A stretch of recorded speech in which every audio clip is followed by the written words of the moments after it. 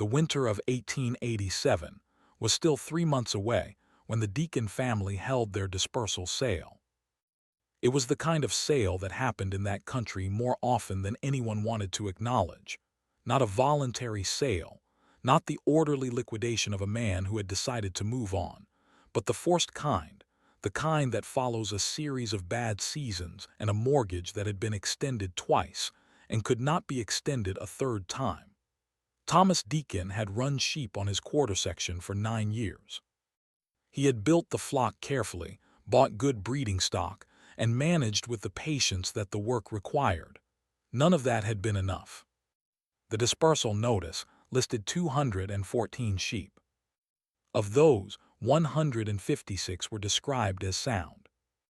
The remaining 58 carried a notation that the auctioneer had added in small print at the bottom of the notice, the kind of notation that is included for legal completeness rather than commercial emphasis. Affected with contagious ophthalmia, partial or total vision loss, offered as is, no warranty expressed or implied. Ophthalmia in sheep was common enough in that region and devastating enough in its effects that most buyers understood the notation to mean a single practical thing: unsaleable. A blind sheep cannot navigate pasture safely. It cannot follow a flock with the instinctive cohesion that makes grazing management possible. It cannot be shown. It cannot be bred without complications.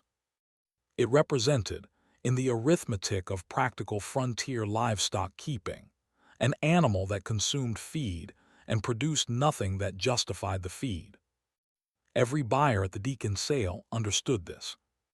Every buyer looked at the notation, made their calculation, and directed their attention to the 156 sound animals, which sold at fair prices to people who knew what sound sheep were worth. Cecily Crane did not bid on the sound animals. She stood at the edge of the sale yard in the particular way she stood at most public gatherings, not withdrawn, not conspicuous, simply present with the quality of attention that most people around her expended too much energy to notice.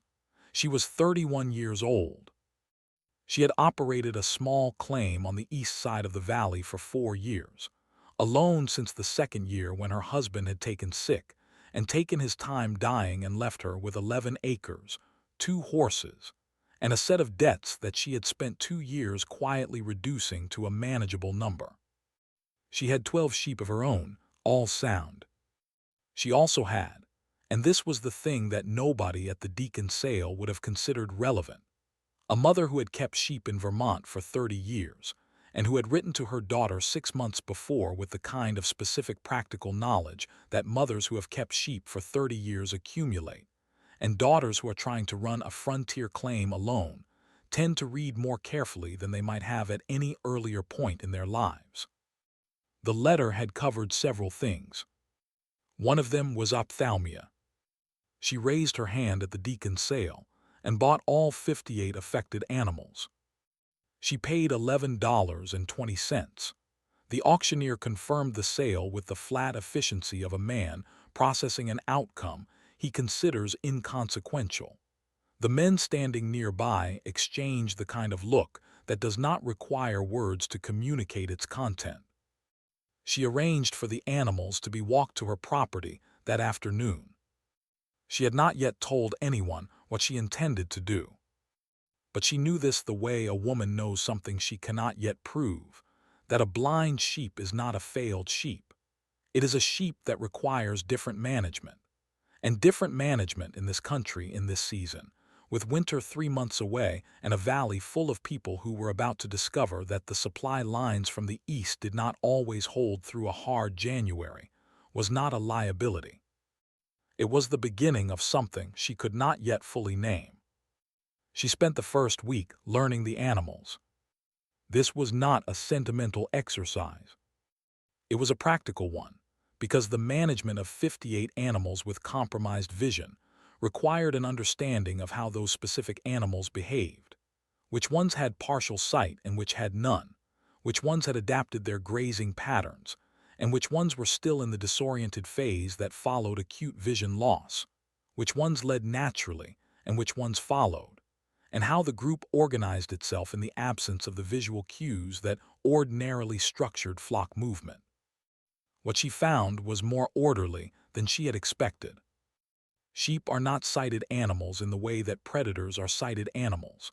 Their survival instincts operate substantially through proximity, sound, and the movement of the animals around them.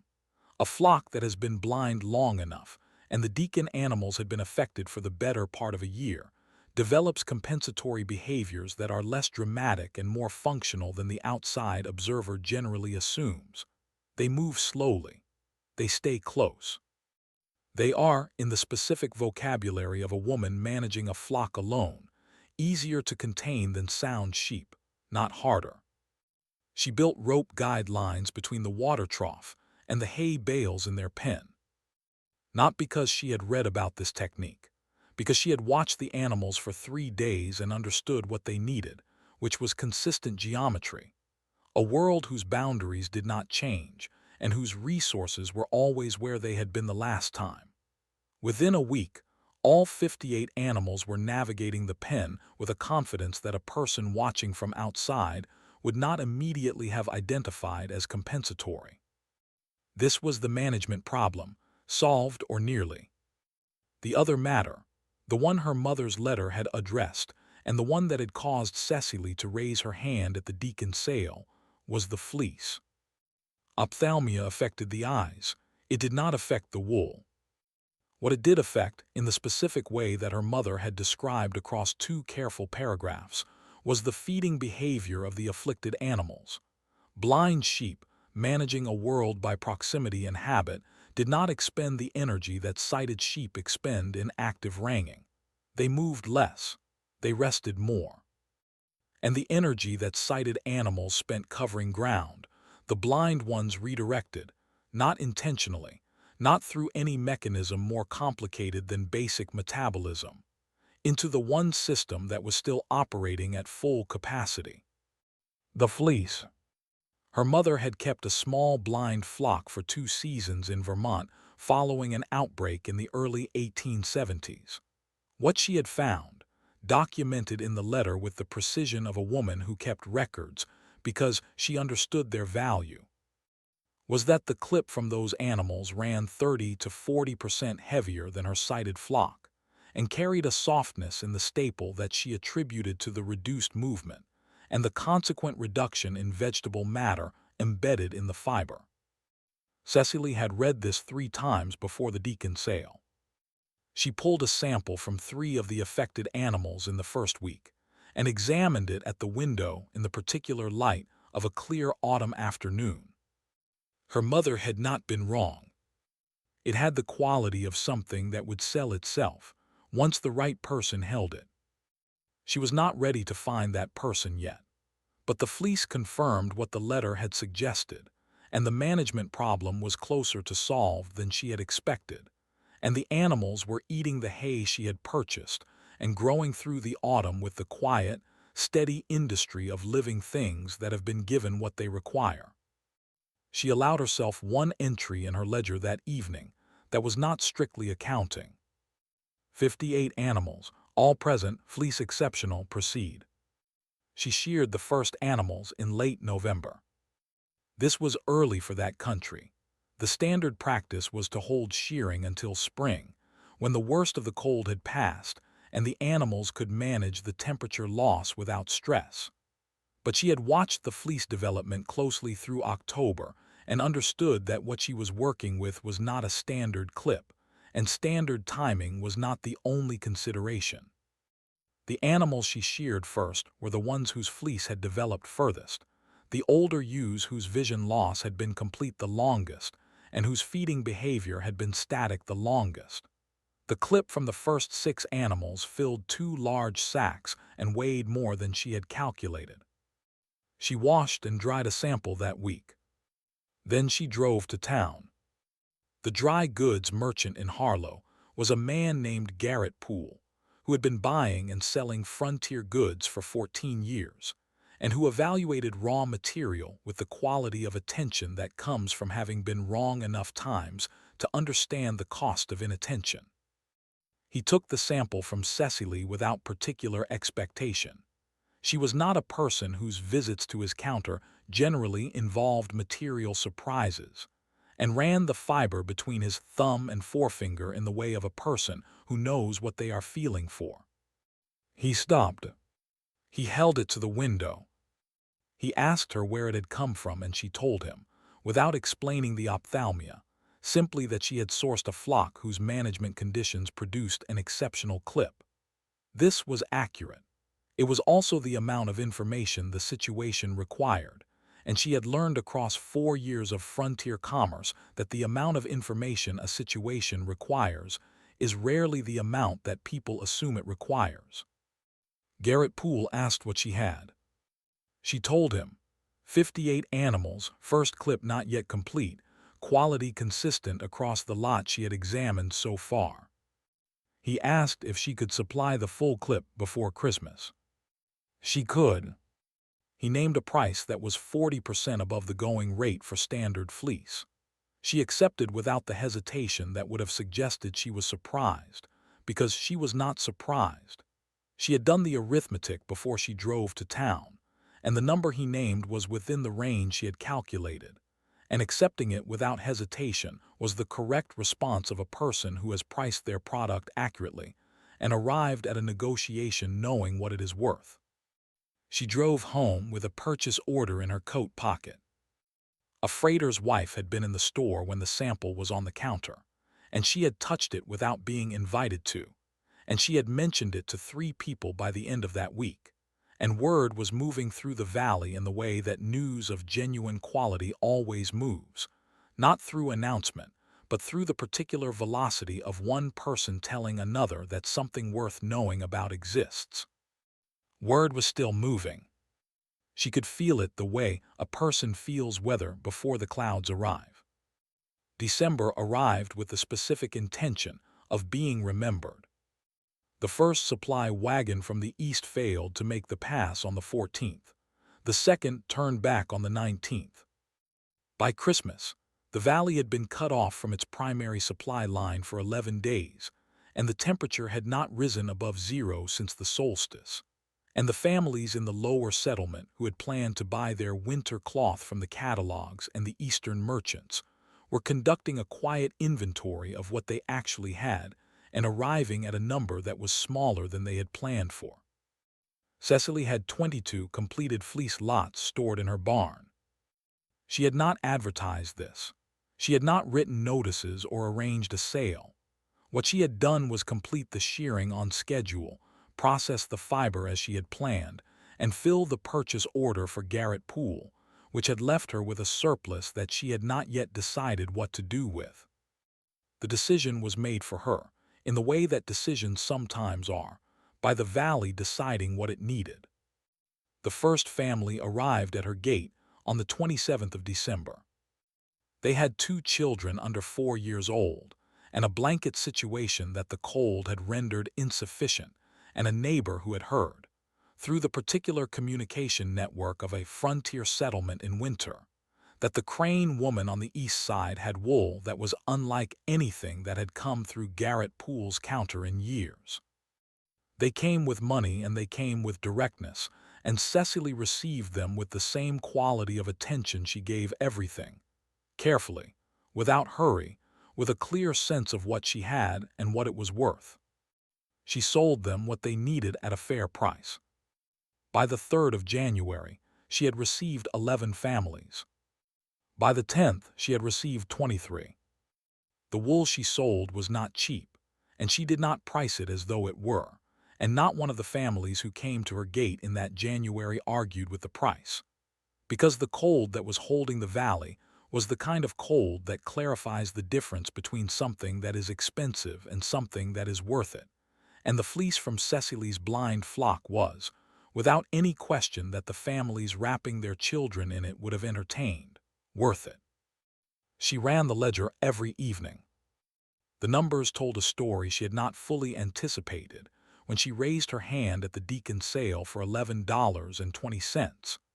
A story about a woman who had looked at the same 58 animals as every other buyer in that yard and seen something different, and who had spent 4 months doing the quiet, unglamorous, specific work of converting what she had seen into something the valley could hold in its hands on the coldest nights of the year. What she lacked was more fleece. What she had was the only fleece that mattered right now. That was enough. The passes opened in the second week of February. The supply wagons came through on the 15th, loaded with the cloth and the dry goods and the catalog, orders that the valley had been waiting on since December, and the settlement received them with the relief of people who have managed without something long enough to understand its value. The merchants restocked. The families collected their orders. The ordinary business of a frontier settlement in the first thaw of a hard winter resumed with the particular energy of things returning to their expected shape. Garrett Poole sold the last of the wool he had taken from Cecily's clip before the wagons had finished unloading. He ordered more. The conversation about Cecily Crane and the blind flock had been running through the valley since January in two distinct registers. The first was the practical register, the families who had come to her gate in December and January discussing among themselves what they had found there, which was not charity and not luck, but a supply of something genuinely excellent available at a fair price from a woman who had understood what she had before anyone else had looked closely enough to notice. That register was warm and specific and carried the weight of direct experience. The second register was quieter and took longer to arrive, but it arrived. It was the register of the men who had been at the Deacon dispersal sale and who had looked at the 58 affected animals and made their calculations and directed their attention elsewhere, now doing a different calculation, one that required them to account for what they had missed and why they had missed it, and what the difference was between the conclusion they had drawn from the available information and the conclusion that Cecily Crane had drawn from the same information. Most of them did not come to her directly. That was not how it worked in that country.